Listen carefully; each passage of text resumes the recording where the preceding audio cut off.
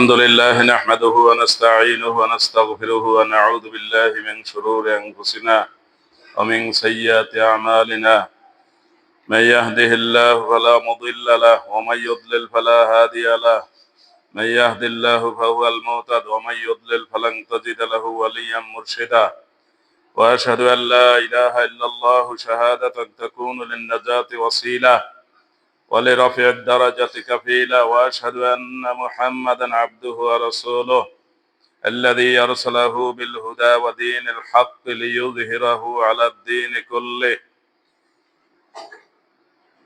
أما بعد فإن خير الحديث كتاب الله وخير الهدي هدي محمد صلى الله عليه وسلم وشر الأمور محدثاتها وكل بدعة ضلالة وكل ضلالة في النار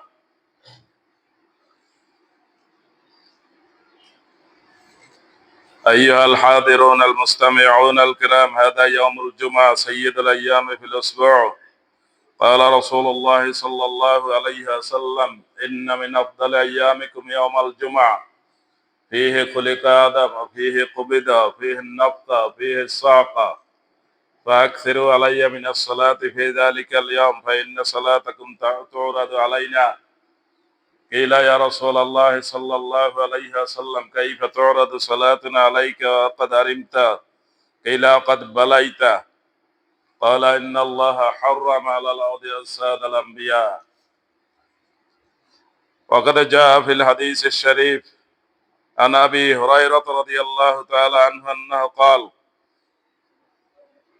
قال رسول الله صلى الله عليه وسلم إن الله تعالى قال من عاد لي وليا فقد آذنته بالحرب وما تقرب إلي عبدي بشيء أحب إلي مما افترضت عليه وما يزال عبدي يتقرب إلي بالنوافل حتى أحبه فإذا أحببته كنت سمعه الذي يسمع به وبصره الذي يبصر به ويده التي يبطش بها ورجله التي يمشي بها وإن سألني لأعطيته ولئن استعاذني لأعيذنه وترددت عن شيء أنا فاعله ترددي عن نفس المؤمن يكره الموت وأنا أكره مساءته ولا بد له منه رواه البخاري وقد قال الله تعالى في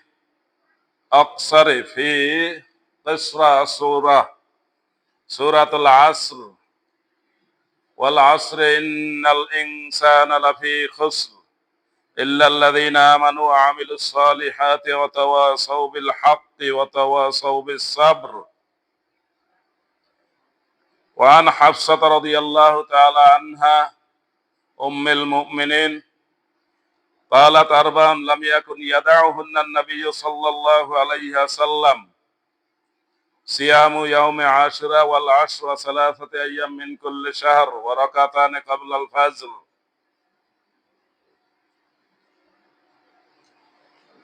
وقد جاء في القرآن المجيد قال الله تعالى عن حياة الدنيا প্রিয় মুসল্লিবৃন্দ সপ্তাহ ঘুরে আবার সপ্তাহের শ্রেষ্ঠ দিন জুমার দিনে আমরা ইতিমধ্যে জুমার নামাজের জন্য মসজিদে এসে হাজির হতে পেরেছি শুকর আলহামদুলিল্লাহ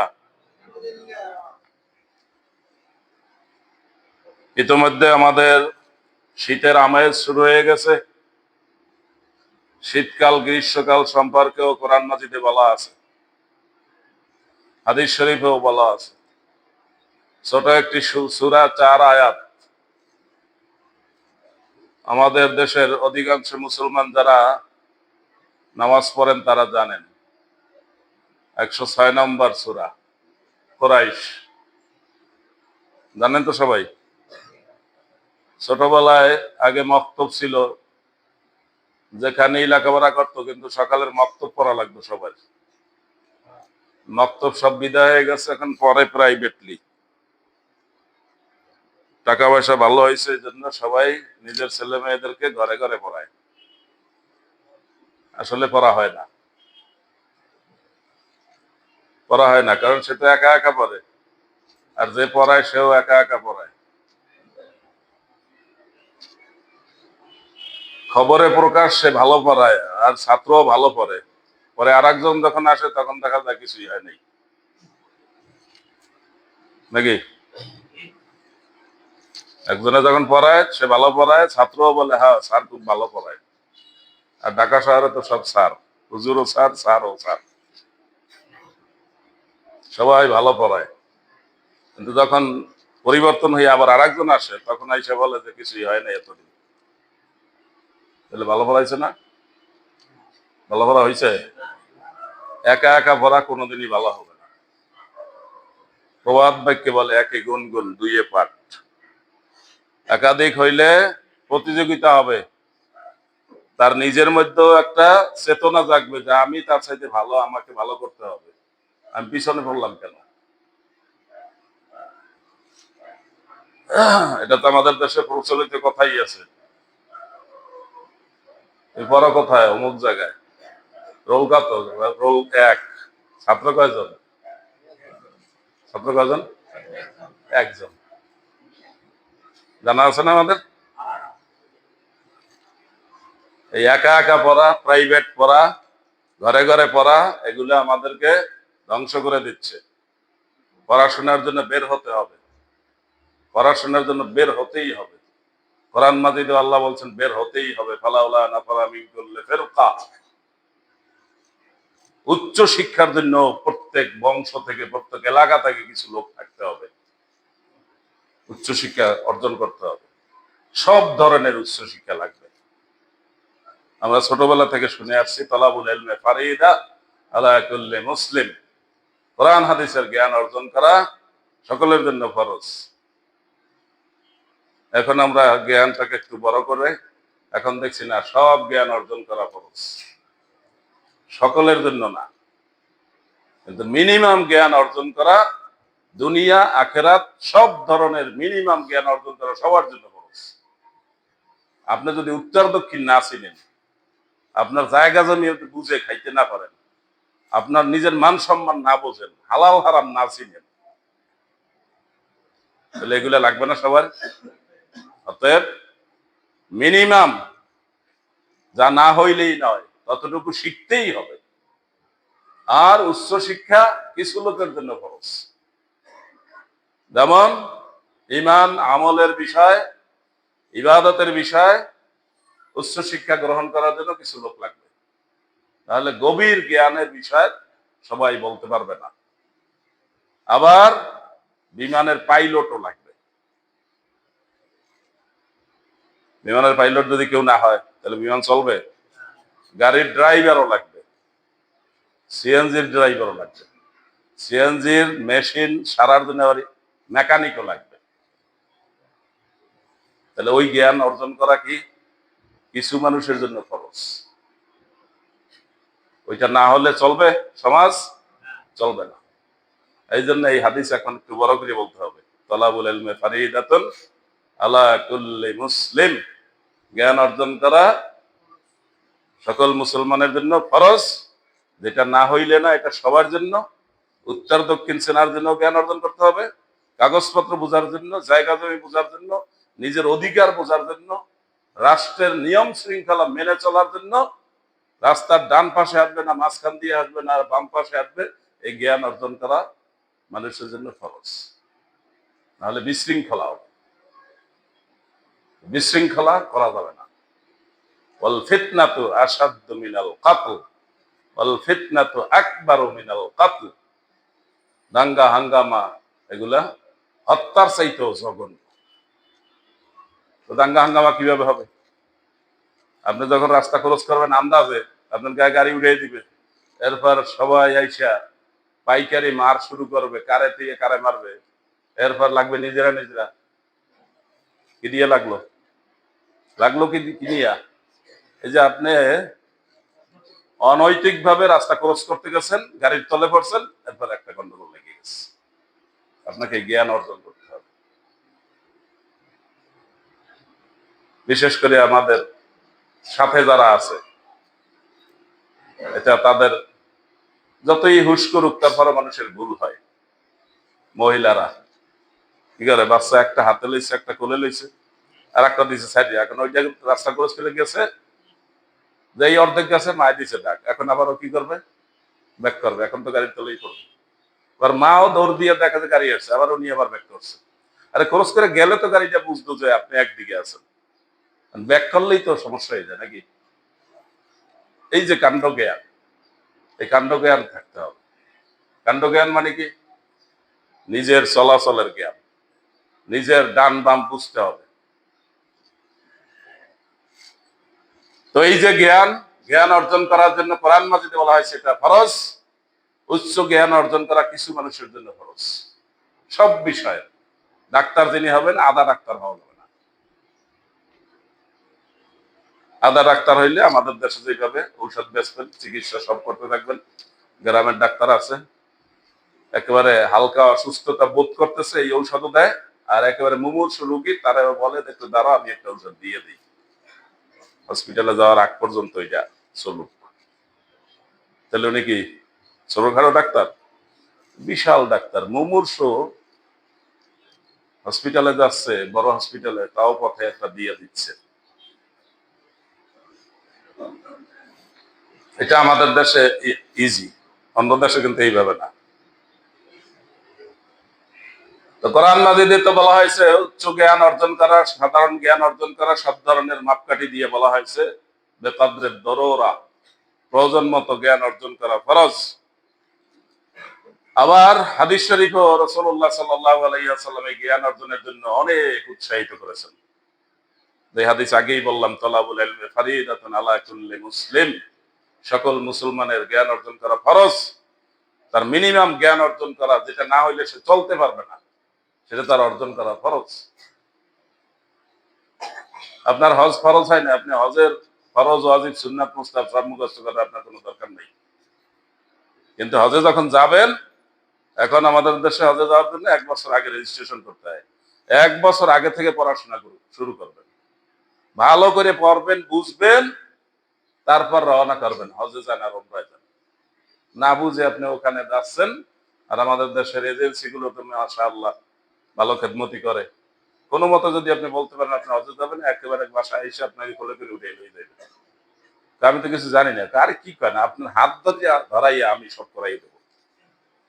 পরে জেদ্দা যাওয়ার পর হাজি সাহেব, হ্যাঁ, তার পা ধরিয়াও কিছু পায় না নাকি? এজেন্সি 3 প্রকার, ভালো করে জেনে রাখেন। আমি 3 বার গেলাম, 3 বার 3টাই পেয়েছি। একটা হলো বাটপার দা গ্রেট, আর একটা হলো সেমি বাটপার, আর একটা হলো এজেন্সি। এরা ঠিকঠাক মতো কাজ করে। এই যে হজের ফরজ জানলেন না, ওয়াজিব জানলেন না, কোন জায়গায় এখন আপনি আছেন? গেলেন আপনি হজে, আসলেন, যাওয়ার আগে বললেন হুজুর হজে যাই, দোয়া করেন, আমিও দোয়া করে দিলাম। আবার আসলেন হজ থেকে, আইসা বললেন হুজুর আমি হজ করিয়ে আসছি, আলহামদুলিল্লাহ, আমি আপনার সাথে কোলাকুলিও করলাম। জিজ্ঞাসা করলাম এজেন্সি রাখছে কি কাছে না দূরে? না, কাছেই হয়েছে। এটা আপনি বুঝিয়ে রাখছেন। খাওয়া দাওয়া কেমন হয়েছে? ভালো হয়েছে। ঘুরে ফিরে সব দেখাইছে? সব দেখাইছে। কোনো অসুবিধা হয় নাই? না। এতে হজের কাজ ঠিকঠাক মতো করছেন? তখন আসমানের দিকে দেখ, আল্লাহ জানে। আপনি গেলেন হজ, এই যে আপনি বুঝিয়ে লইতে পারলেন না, খাওয়ান বুঝিয়ে লইলেন, দূরত্ব বুঝিয়ে লইলেন, সফর বুঝিয়ে লইলেন, মানে জিয়ারা বিভিন্ন জায়গায় ঘুরে দেখান, এটাও বুঝিয়ে লইলেন, টাকা কত দিলেন এটাও বুঝলেন। ওখানে যাই তো আমাদের দেশের লোকেরা মাশাআল্লাহ আরাফা, মিনা, আরাফা, মুজদালিফা কি করে? হুজুর যতক্ষণ বয়ান কাজ ততক্ষণ এই আপনারা এখন যেমন বসে শুনতে আছেন, যাওয়ার কোনো উপায় নাই, ওরকম সব শোনে। যে হুজুর বয়ান বন্ধ করে দেয়, সবাই যোগ বিয়োগ শুরু করে দেয়। ভাই আপনি কত দিচ্ছেন টাকা? আপনার খাওয়াই কিরকম, রাখছে কোন জায়গায়, কোন বিল্ডিং এ থাকেন, কয়দিন আপনাদের প্রোগ্রাম, ঘুরে ফিরে দেখাইছে সব, এই যোগ বিয়োগ করতে থাকে। আর অন্যান্য দেশের মানুষ আমি যাদেরকে চিনি তাদেরকে দেখছি, তারা মাশাআল্লাহ মিনা, আরাফা, মুজদালেফা, যে সমস্ত হজের 6 দিনের যে কাজ, বাংলাদেশের কয় দিন? 5 দিন। আর একদিন কই নাই, এটা বাংলাদেশিদের জন্য মওকুফ করা হয়েছে নাকি? না, মওকুফ করা হয় না, এটা আমরা এটা করে নিয়েছি। আর 5 দিনেরও 11 আর 12 তারিখ এদেরকে পাওয়া যায় না মিনায়। থাকে কোথায়? মক্কায় হোটেলে। মিনা থেকে আপনাকে পাথর মারতে বলা হয়েছে জোহরের পরে, আপনার এজেন্সি আর আপনি সিদ্ধান্ত নিয়েছেন না মক্কা থেকে এসে মারলেও হবে। এটা কোন জায়গায় লেখা আছে? গেলেন হজ করার জন্য, লক্ষ লক্ষ টাকা খরচ করিয়া, 5 দিনের কাজ তাও ঠিক মতো করেন না, জানাই বানাই। আবার কিছু এজেন্সি আছে আরাফার ময়দানে বসে ঘোষণা দেয়, আপনারা আজকে এখন আরাফার ময়দানে আছেন, আমি আপনাদেরকে লিখে দিতে পারি আপনি হাজী সাহেব, এখন থেকে আপনার নামের সাথে হাজী সাহেব লিখবেন। আপনি কি সার্টিফিকেট বেচেন না কি করেন? হ্যাঁ, আমি নিজের কানে শুনছি। মানে যেভাবে লোকেরা খুশি হয় সেই খুশির বক্তৃতা দিতে আছে। আপনাদের মধ্যে কেউ কেউ আমাকে বলে যে এই যাদের জন্য দোয়া করেন, দোয়া চান, যারা চায় এটা কি দোয়া? আমি বললাম যে ভাই আপনার কি মনে হয়? আমার তো মনে হয় এটা খুশির দোয়া। আমার নাম কইলেন, আমার বাপের নাম কইলেন, মায়ের নাম কইলেন, আমি খুশি হইলাম। ঘটনা তো এরকমই নাকি? এর সেই বেশি কিছু? আপনার বাবার জন্য দোয়া করবে কে? হ্যাঁ, আপনি নিজে। আপনার মায়ের জন্য দোয়া করবে কে? আপনি নিজে। দান করবে কে? আপনি নিজে। সব দিতে আছেন হুজুরের দায়িত্বে। হুজুরের তো আপনি টাকা হাদিয়া দিবেন সেইভাবে দোয়া করবে। এরপরে এই দোয়া কবুল হবে কিনা তার কোনো গ্যারান্টি তো নাই, সম্ভাবনাও নাই। আপনার এখন গ্যারান্টি নেই, সম্ভাবনাই তো নাই। রাসূলুল্লাহ সাল্লাল্লাহু আলাইহি ওয়াসাল্লাম বলেছেন যা, আপনি তা শুনছেন না? শুনতেছেন তো। ইযা মাতাল ইনসান ইনকাতা আনহু আমালুহু ইল্লা মিন সালাসাতি আশিয়া। একজন মানুষ মারা গেলে তার সওয়াবের রাস্তা বন্ধ হয়ে যায়। খোলা থাকে কয়টা? 3টা। শেষ কথাটা কি? ওয়ালাদিন সালিহিন ইয়াদউ লা, তার নেক সন্তান তার জন্য দোয়া করবে। ইমামুহু ইয়াদউ লা, ওই মুসল্লি যিনি মারা গেছেন ওনার মহল্লার ইমাম সাহেব দোয়া করবে, সেই দোয়া তার জন্য কবুল করবে। এটাকে হাদিসে কইছে। এটা এত চালু হইলো কেন? ইমাম সাহেবদের পকেটটা ঠিক। আর আপনারা দায় মুক্ত, যে হুজুরের দিছি, হুজুর এইবার আমার বাপরে কোনাকুনি বেহেশতে উঠিয়ে দিবে, কারণ এই বেহেশতের কন্ট্রাক্টরই তো হুজুরের। হ্যাঁ, বেহেশতের কন্ট্রাক্টরই কি ওই হিন্দু ধর্মের মতো ব্রাহ্মণের? সব কন্ট্রাক্টরই ব্রাহ্মণের। ব্রাহ্মণ যারে স্বর্গে দিবে সে স্বর্গে যাবে, ব্রাহ্মণ যারে নরকে দিবে ওর আর কোনো উপায় নেই। মাতা পিতার জন্য দোয়া করবে কে? কাজ কয়টা? 6টা কাজের কথা বলছি গত সপ্তাহে, মনে নাই? 1 নাম্বার হইলো তাদের জন্য দোয়া করবেন। 2 নাম্বার হইলো তাদের জন্য মাপ চাইবেন আল্লাহর কাছে, আল্লাহ আমার মাতা পিতা ভুল ত্রুটি যা কিছু করছে মাফ করে দিয়েন। দোয়া করা মাপ চাওয়া কি এক? না। ঋণ থাকলে পরিশোধ করবেন। মাতা পিতার আত্মীয় স্বজনের সাথে ভালো ব্যবহার করবেন। মাতা পিতা যার সাথে ভালো ব্যবহার করতে হবে। মাতা পিতা থাকলে 1 নম্বর হলো তার মেয়ে আর তার বোনের সাথে সে ভালো ব্যবহার করবে। 1 নম্বর হলো মেয়ে, বোনের সাথে করে না, কম কম। বাবায় থাকলে মেয়ের খোঁজ খবর করে, যদিও সম্পত্তির বেলায় ঠকায়, কিন্তু যতদিন বেঁচে থাকে ততদিন নগদ কিছু দেয় আর কি। তাহলে বাবায় যে নগদ দিতে, এটা দিবেন আপনি। সম্পত্তির বেলায় যদি ঠকাই থাকেন, বাবায় যদি ঠকাই থাকে, আপনি আর বাবায় 2 জন মিলে একসাথে জাহান্নামে যাবেন। সূরা নিসার 14 নম্বর আয়াত ভালো করে পড়িয়ে নেবেন, আমাকে দায়ী করবেন না। আর কিয়ামতের দিন এই কথা বলতে পারবেন না যে আমি শুনি নাই। এটা কি একদিন বলছি না অনেকদিন বলছি? মাথায় ঢুকছে? আপনি যদি কোনো অংশীদারের অংশ ঠকান, কমান, না দিয়া থাকেন, আপনার জন্য নামাজ, রোজা, হজ, যাকাত কোনোটা আপনাকে জান্নাতে নিবে বলে কোনো সম্ভাবনা নাই, কোনো সম্ভাবনা নেই। পাই টু পাই, তিলে তিলে হিসাব করে দিতে হবে। এমনকি মাতা পিতার বন্ধু বান্ধব, মায়ের বান্ধবী, তার সাথেও আপনার ভালো ব্যবহার করতে হবে। এইটা মাতা পিতার জন্য স্বভাবের কাজ হবে। কিন্তু এইটা না করিয়া আপনি হুজুরের টাকা দিয়ে করেন, হুজুর আমার আব্বার জন্য আবার নামটা লিখে দেয়, হুজুর এই নামটা উচ্চারণ করে দেবে। হ্যাঁ, নামটা উচ্চারণ করলে কি হবে? এই ঢাকা শহরের যত বড় বড় ইমাম সাহেব সব এই ব্যবসা। সুন্দর করে মাইকটা ধরিয়া, কাগজটা লইয়া, হ্যাঁ, এখানে নামটা সুন্দর করে নামটা পড়ে, আলহাজ অমুক। হুজুরে যেইভাবে কইছে, এটা ফেরেশতারা আর কোনোভাবে ঠেকাইতে পারবে না। ঢাকা শহরের ইমাম শব্দের এটা একটা বড় সমস্যা। ওনারা এই ব্যবসাটা করে খুব ভালো করে। কার বাবা কবে মরছে না ডায়েরিতে লেখা আছে। সভাপতির বাপে মরছে কবে, মায় মরছে কবে, বউ মরছে কবে, এটা কার ডায়েরিতে লেখা আছে? ইমাম সাহেবের ডায়েরিতে। আপনারা বলেন না, আমাকে অন্য একজন ইমাম সাহেব বলছে। কেন ইমাম সাহেব ডায়েরিতে তাকে 1 মাস আগে ওনারা স্মরণ করে দেয়, আপনারা আব্বার জন্য তো গত বছর ভালো দোয়াও করছেন, মিলাদ করছেন, এই বছর তো মানে আগের চাইতে ভালোই করবেন, ওর তো কামাই টামাই আপনার ভালো আছে, ইনকাম ভালো আছে। পরে মনে না থাকলেও তো হুজুরে যেহেতু কইছে, আর কোনো উপায় আছে নাই। দোয়া বেচা কিনা হইতেছে, আলেম ওলামা আর মুসল্লি সব একাকার হয়ে গেছে। মুসল্লির আছে আমি কিছু জানি না, কিছু বলতে পারি না, রব্বির হামুমা কামা রব্বাইয়ানি সগীরা, ও আমি জানি না, ওটা আমি বলতে পারবো না, আমি ঠিক মতো বলতে পারবো না। এক জ্ঞানী ব্যক্তি আমাদের এখানে, তিনি বলছেন আমাকে, হুজুর আমাদের দেশের দোয়া আপনাদের দিয়ে করায় কি জন্য জানেন? আমরা কিছু সাজাই গুছাই বলতে পারি না তো, তা আপনি সুন্দর করে বলবেন, আমরা খালি বলবো আমি। আমি দেখলাম যে ওনার কথাটা ঠিক আছে, উনি একজন জ্ঞানী গুণী, এই সমাজের একজন মুরব্বী মানুষ, ভালো মানুষ, এখনো জীবিত আছে, হয়তো নিচে আছে। হুজুর আমরা সাজাই গুছাই বলতে পারি না তো, আপনারা বলবেন, আমরা আমিন বলবো।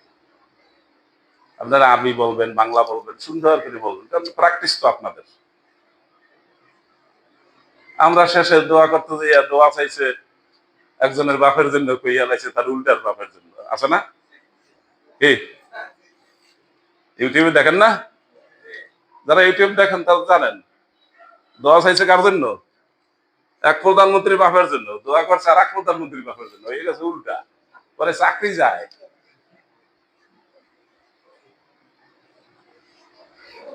আল্লাহ মাফ করেন, ধানাই পানাই সব।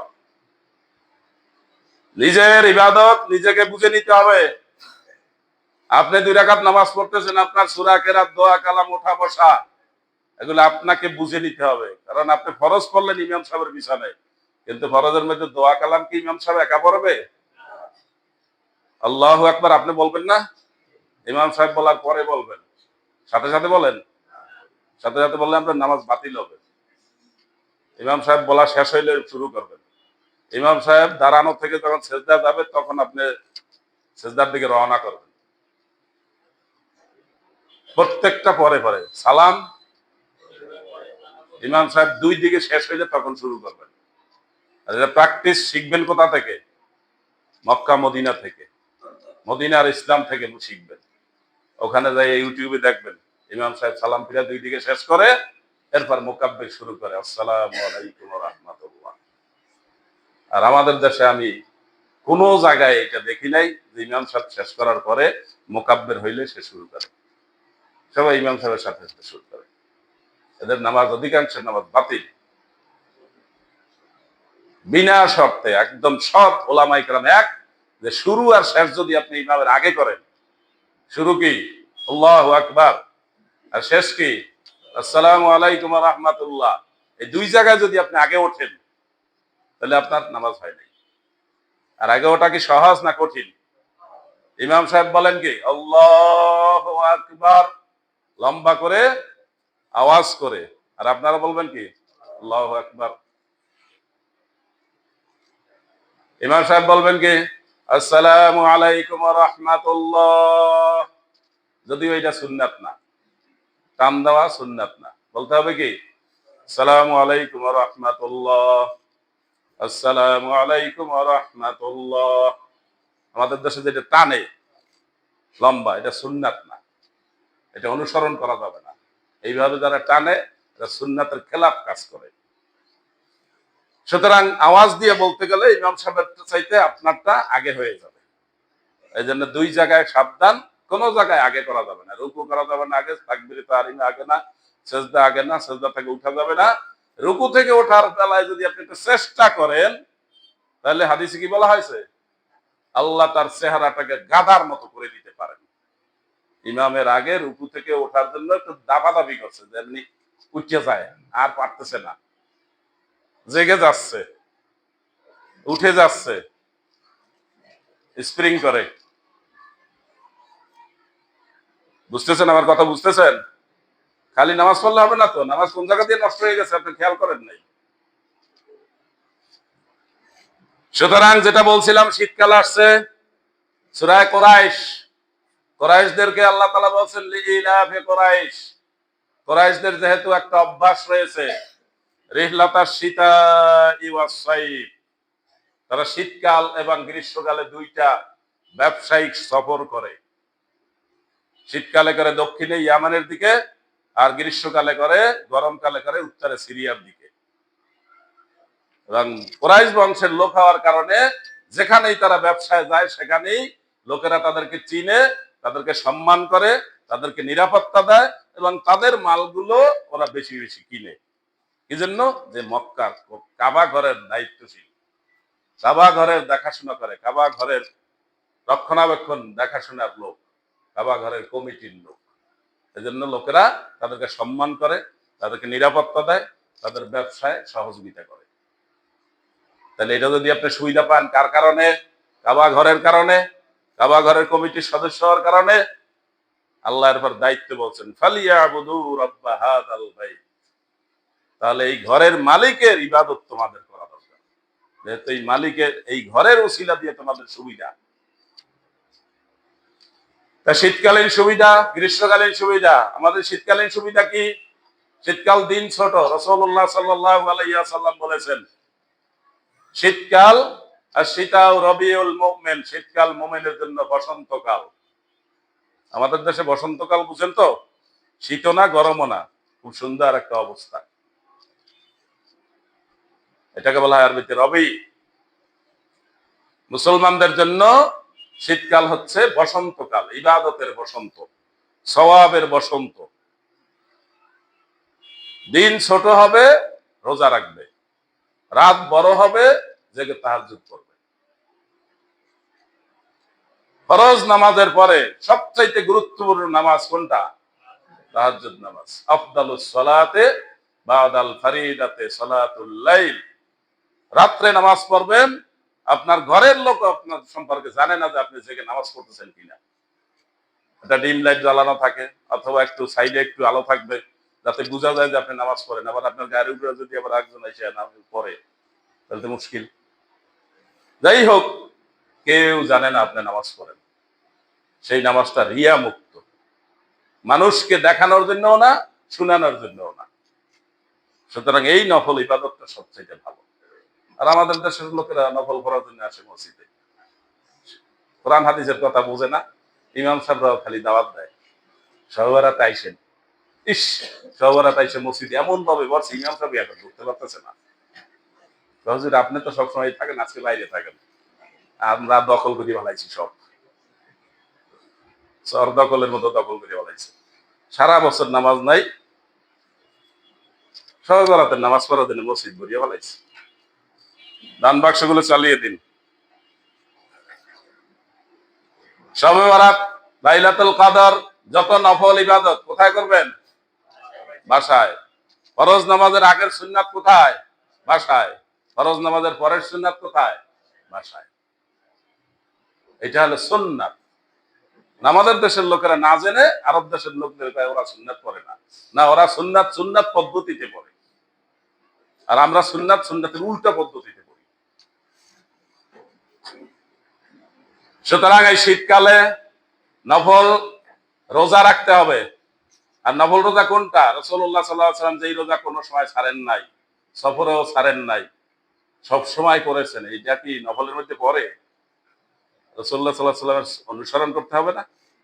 সহিহ বুখারীর হাদিস, আমা তাকাররাবা ইলাইয়া আবদি বিশাইইন আহাব্বা ইলাইয়া মিম্মা আফতারাতু আলাইহি।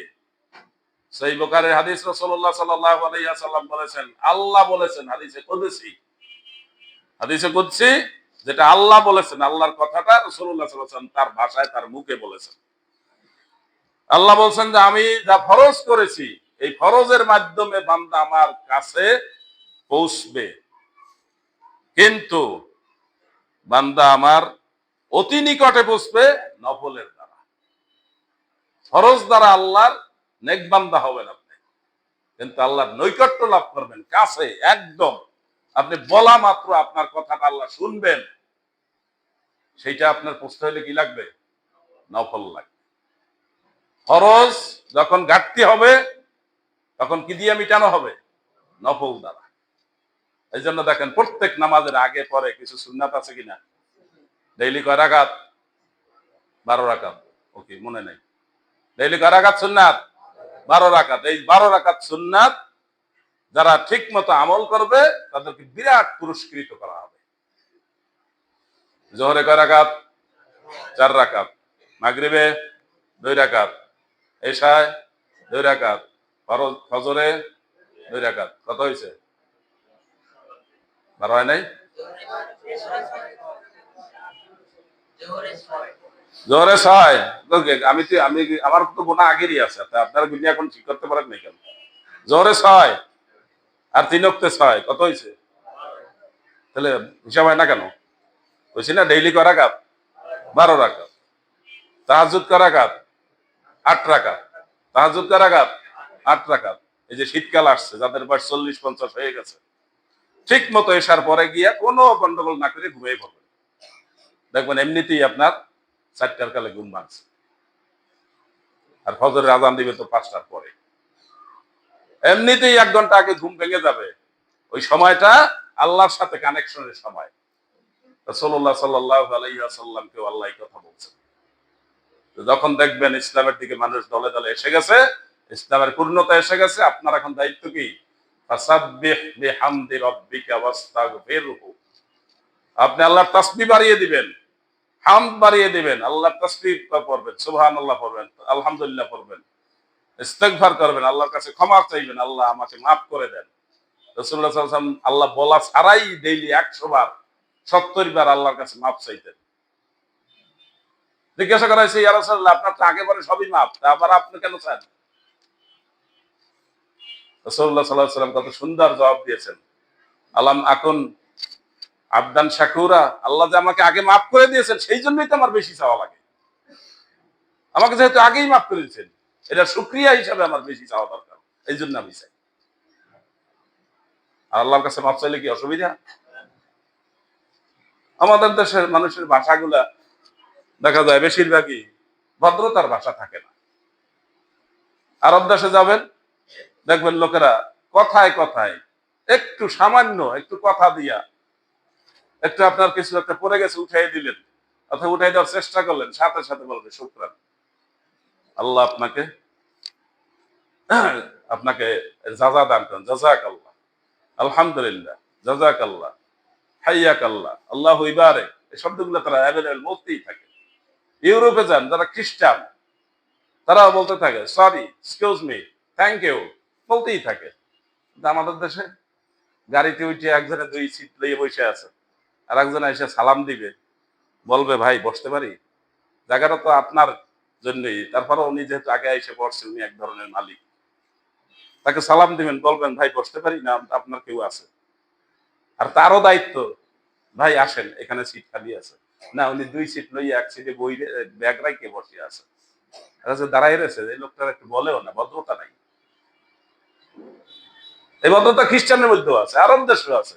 আমি খেলে দেখলাম যে আমাদের দেশে মুখ খুললে কিছু বলতে রাজি না, জায়গাটা চাপেন, কি কয় চাপেন, সালাম নাই, কালাম নাই, কথা নাই, ভদ্রতা নাই।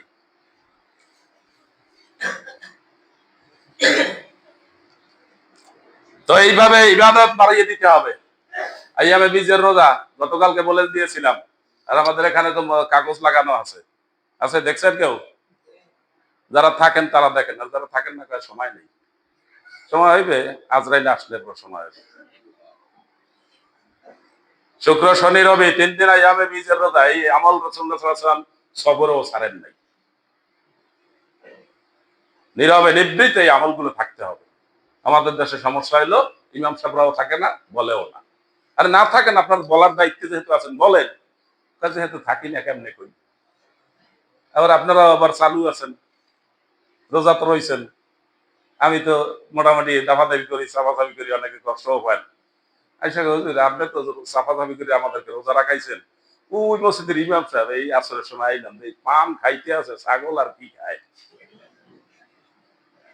এরপর জিজ্ঞাসা করে হুজুর উনি কি এই হাদিস পড়ে নেই? কারণ উনি কি এই হাদিস পড়ছে কিনা আমি জানি, আমি কি সব ইমাম সাহেবের দায়িত্বে আছি নাকি? হুজুর আশুরার রোজা এত গুরুত্ব বললেন, এই ইমাম সাহেবের দেই পান খায়, ইমাম সাহেবের দায়িত্ব কি আমি লইছি?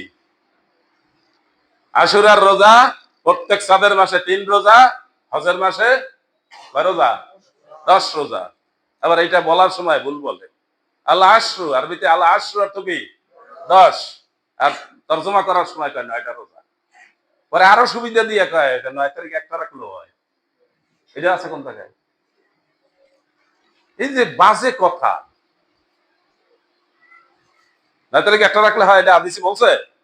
হাদিসে বলছে আল্লাহ তাআলা এই 10 দিনের কসম করেছেন, আল ফাজরি ওয়া লায়ালিন আশর, ফজরের কসম এবং ওই 10 দিনের কসম। কোন 10 দিন?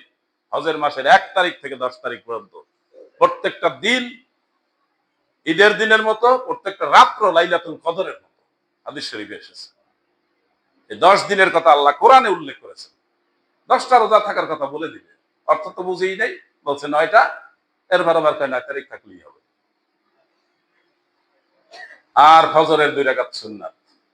কয়টা আমল? 4টা আমল। আশুরার রোজা, 10 রোজা, আইয়ামে বীজের রোজা, ফজরের 2 রাকাত সুন্নাত। কয়টা আমল?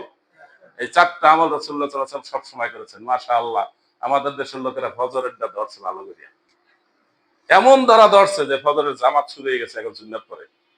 জামাত 1 রাকাত গেছে, এরপরে সুন্নাত পড়ে। তাই সুন্নাতের গুরুত্ব বেশি, কি ফরজের চাইতে বেশি? ওয়া, তাহলে যে সুন্নাত পড়তে আছে। আবার ব্যাখ্যা করে হুজুর ফজরের কেরাতটা তো লম্বা কি জন্য? ওই যারা দেরিতে আইবে এরা সুন্নাত পড়বে এই জন্য। এই ব্যাখ্যা পাইলো কই? মন দ্বারা যত সব ব্যাখ্যা, সব বাতিল। সঠিক বিষয় বুঝতে হবে। সঠিক বিষয় বুঝবেন যারা কোরআন হাদিসের সঠিক কথা বলে। হারাম শরীফ, কাবা, মক্কা, মদিনা থেকে শুরু করে বাংলাদেশের বড় বড় মসজিদগুলোর খতিব যারা, তারা সঠিক কথাগুলো যারা বলে, তাদের কথা হলো সঠিক কথা। বাউলের কথা কি সঠিক? বাউল কি? এটার কোন ধর্মটা কি? এর কোন ধর্ম আছে? ওরা কি নামাজ পড়ে? না। রোজা থাকে? না। কিন্তু এরা আল্লাহ রাসূল নিয়ে খুব গবেষণা করে। কি গবেষণা করে? কুল আউযু বিরাব্বিন নাস। কি নাসের কথা কইছে? শয়তান, বদমাইশ, হারামি করে, আর যা মনে চায় তাই বলে। উনি একজন মহারাজা। মহারাজা আল্লাহ ছাড়া কেউ আছে? এই নাচ অর্থ কি? মানুষ। আর এই শয়তানের অর্থ করে কি? নাচ মানে নাচতে বলছে। বদমাইশ, হারামখোর, হারামি করে, আর যা মনে চায় তাই করে। আরে দেশটা হইলে এমন একটা জগা কিছুই, এই হারামখোরের পক্ষে আবার বিরাট সংখ্যক লোক আছে, আছে না? আপনাদের মধ্যেও অনেকে আছে, আপনাদের মধ্যেও অনেকে আছে। ওরা যা করে করুক, হ্যাঁ যা করে করুক, আল্লাহ রাসূল সম্পর্কে যা করে করুক, আর আপনি কি? আপনার বাবার একজনে গালি দিবে, ও যা করে করুক, বলবেন? আন-নবী আউলা মিন আন-নবী আউলা বিল মুমিনিনা মিন আনফুসিহিম। নবী নিজের জীবনের চাইতে ইমানদারের কাছে বেশি সম্মানিত, এবং তার স্ত্রীগণ ইমানদার লোকদের মা। নবীর স্ত্রীদেরকে কেউ বিবাহ করে না, বিবাহ প্রস্তাবও দেয় নাই, ওনারাও কেউ বলে নাই যে আমার একটা বিবাহ দরকার। কিন্তু আরব দেশে যার স্বামী মারা যায় তার বিবাহ হয়ে যায় আবার, যদি সে চায়। যদি তালাকও হয় তারও বিবাহ হয়ে যায়। এটা আরব দেশের একটা রেওয়াজ। কিন্তু আল্লাহর নবীর স্ত্রীদেরকে কেউ বিবাহ করতে আসেও নাই, আর তারাও কেউ বলেনি। সুতরাং কোরআন সুন্নাহ নিয়া আজে বাজে কথা বলবে, আপনি আবার সেটা সমর্থন করেন? হ্যাঁ, আপনার ইমান আছে? ইমান কি যা মনে চায় তাই? আল্লাহ তাআলা আমাদেরকে বুঝার তৌফিক দান করুন। আইয়ামে বীজের রোজা, সোমবার বৃহস্পতিবার রোজা, শীতকালে নফল নামাজ, তাহাজ্জুদ নামাজ রাতে ঘরে নিজের ঘরে করবেন। নফল ইবাদত নিজে নিজে করবেন, এটার জন্য কোনো মানুষকে শুনানোর দরকার নেই, পত্রিকায় দেওয়ার দরকার নেই যে আমি তাহাজ্জুদ করি। কি পত্রিকা দেয় কিনা? পত্রিকা দিয়ে তাহাজ্জুদ করার দরকার নেই। আল্লাহ তাআলা আমাদেরকে বুঝার তৌফিক দান করুন, আমল করার তৌফিক দান করুন, নিজের আমল শুদ্ধ করার তৌফিক দান করুন। هذا ما عندي والعلم عند الله سبحانك لا علم لنا إلا ما علمتنا إنك أنت العليم الحكيم.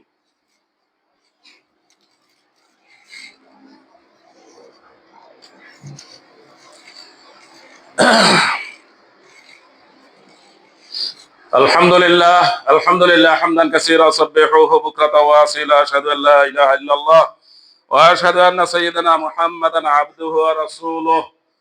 أما بعد فإن خير الحديث كتاب الله خير الهدي هدي محمد صلى الله عليه وسلم. يا أيها الذين آمنوا إن الله وملائكته يصلون على النبي يا أيها الذين آمنوا صلوا عليه وسلموا تسليما. اللهم صل على محمد وعلى آل محمد كما صليت على إبراهيم وعلى آل إبراهيم إنك حميد مجيد. اللهم بارك على محمد وعلى آل محمد كما باركت على إبراهيم وعلى آل إبراهيم إنك حميد مجيد. خصوصا منهم على الخلفاء الراشدين المهديين رضوان الله تعالى عليهم أجمعين وعلى المشرفين بالإسلام إلى يوم الدين رضوان الله تعالى عليهم. ইয়া আল্লাহ, এতক্ষণ কোরআন এবং সুন্নাহ থেকে যা কিছু বললাম, যা কিছু শুনলাম, আমাদেরকে সুন্দরভাবে আমল করার তৌফিক দান করুন। আমাদেরকে শিরক মুক্ত ইবাদত করার তৌফিক দান করুন। আমাদের মধ্যে যে শিরকি চিন্তা, শিরকি কথা, শিরকি আমল রয়েছে, সেগুলো আমাদেরকে ঝেড়ে পুছে ফেলে দেওয়ার তৌফিক দান করুন। সহি আমল করার তৌফিক দান করুন। আল্লাহ, আমাদের আত্মীয় স্বজন, আমাদের কাছের দূরের যারা ঈমান নিয়ে কবরে চলে গেছে, আল্লাহ সবাইকে মাফ করে দিন। আমাদের সন্তান সন্ততিদেরকে দিনদার, ঈমানদার, পরহেজগার, হালাল হারাম চিনে জানে বুঝে এমন ভাবে গড়ে তোলার তৌফিক দান করুন। এমন শিক্ষা দিতে হবে যেই শিক্ষার দ্বারা সে ভালো একজন মুসলমান হতে পারে।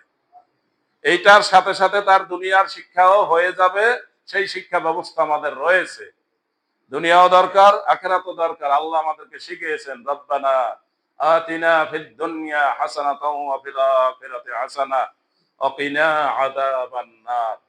হে আল্লাহ, আমাদেরকে দুনিয়াতে কল্যাণ দান করুন। হে আল্লাহ, আমাদেরকে আখিরাতেও কল্যাণ দান করুন। বিশেষ করে আমাদেরকে আগুনের শাস্তি থেকে রক্ষা করুন। দুনিয়ার কথাও বলা হয়েছে, আখিরাতের কথাও বলা হয়েছে। আমরা এখন আছি দুনিয়াতে, এই দুনিয়াতে থেকেই আখিরাতের আমল করতে হবে। শুধু দুনিয়া করলে হবে না। আমাদের দেশের যে শিক্ষা ব্যবস্থা, 90% মানুষ তার ছেলে মেয়েদেরকে এমন শিক্ষা ব্যবস্থায় রাখে যার দ্বারা সে আখিরাত পায় না, 2 রাকাত নামাজ শিখে না। ওই শিক্ষা ব্যবস্থায় কোনো মুসলমান তার সন্তানকে পড়াতে পারে না। আপনাকে জানতে হবে, আপনার ছেলে মেয়ে কি ইমানদার হচ্ছে নাকি বেঈমান হয়ে বড় হচ্ছে? সে কি জান্নাতের পথের দিকে হাঁটছে নাকি জাহান্নামের পথের দিকে হাঁটছে? যদি জাহান্নামে যায়, তাহলে আপনাকে দায়ী করবে। জাহান্নামে ঢোকার আগে বলবে, রব্বানা আরিনাল্লাযাইনি আযাল্লানা মিনাল জিন ওয়াল ইনস নাজআলহুমা তাহতা আকদামিনা লিয়াকুনা মিনাস আসফালিন। তখন বলবে, আল্লাহ, যাদের কারণে আমরা এই জাহান্নামে আসছি, দোজখে আসছি, এই নরকে ঢুকছি, আমাদের মাতা পিতা সহ যারা আমাদেরকে এই পথে নিয়ে আসছে, ওদেরকে একটু নিয়ে আসেন, আমরা জাহান্নামে ঢোকার আগে ওদেরকে পা দিয়ে একটু মারিয়ে যাই। রাগে ক্ষোভে এই কথাগুলো বলবে। আপনার ছেলেটাকে যদি আপনি ঈমানদার না করেন, আপনার ছেলেটাকে যদি আপনি মাতা পিতার জন্য দোয়াটা না শিখান, আপনি যদি তাকে হালাল হারাম না শিখান, আপনি যদি তাকে পর্দা পুশিদা না শিখান, এটার জন্য আপনি দায়ী থাকবেন। আপনার পিতা পারে নাই, কেন পারে না সেটা সে বুঝবে, কিন্তু আপনি কি করলেন? প্রত্যেকের সন্তান নিয়ে ফাইনাল সিদ্ধান্ত নিতে হবে আপনি সন্তানকে কি করবেন। শুধু দুনিয়া শিখাবেন নাকি ইমানদার করবেন? আল্লাহ আমাদেরকে সবাইকে সজাগ হওয়ার তৌফিক দান করুন। আল্লাহ আমাদের মধ্যে যারা অসুস্থ, আল্লাহ সবাইকে সুস্থতা দান করুন। আল্লাহ বিশেষ করে আমাদের দেশের কয়েকবারের প্রধানমন্ত্রী বেগম খালেদা জিয়া অসুস্থ। সারা দেশের মানুষ কামনা করে তিনি সুস্থ হন, সুস্থ থাকুন, যতদিন বাঁচেন আল্লাহ যেন তাকে সুস্থতার সাথে রাখেন। আল্লাহ তাকে সবর করার তৌফিক দান করেন। তার আত্মীয় স্বজন, তার পরিবারের সদস্য, তার শুভাকাঙ্ক্ষী সবাইকে সবর করার তৌফিক দান করুন। জীবন মৃত্যু আমাদের কারো হাতে নয়, আল্লাহর হাতে। আল্লাহ যতদিন পর্যন্ত তাকে জীবিত রাখেন, সুস্থতার সাথে রাখেন এবং সবরের সাথে রাখেন, খাতেমা বিল খায়ের তাকে দান করুন। আল্লাহ আমরা আমাদের আত্মীয় স্বজনের জন্য যা আমাদের করার দায়িত্ব রয়েছে, আমাদের মাতা পিতা মৃত্যুর পরে তাদের জন্য দোয়া করা, তাদের জন্য ক্ষমা চাওয়া, তাদের জন্য দান করা, তাদের আত্মীয় স্বজনের সাথে সদ্ব্যবহার করা, তাদের বন্ধু বান্ধবের সাথে ভালো ব্যবহার করা, এই কাজগুলো যেন আমরা সুন্দরভাবে ঠিক মতো করতে পারি সেই তৌফিক দান করুন। আল্লাহ আমাদের শীতকালীন যে ইবাদতের কথা বলা হয়েছে, শীতকাল ইমানদারের জন্য বসন্তকাল, একটা ঠান্ডা গনিমাত, এই গনিমাত এবং এই বসন্ত যেন আমরা ইবাদতের মাধ্যমে কাটাতে পারি সেই তৌফিক দান করুন। ربنا آتنا في الدنيا حسنة وفي الآخرة حسنة وقنا عذاب النار رب ارحمهما كما ربياني صغيرا ربنا هب لنا من أزواجنا وذرياتنا قرة أعين واجعلنا للمتقين إماما ربنا اغفر لنا ولإخواننا الذين سبقونا بالإيمان ولا تجعل في قلوبنا غلا للذين آمنوا ربنا إنك رؤوف رحيم سبحان ربك رب العزة عما يصفون وسلام على المرسلين والحمد لله رب العالمين.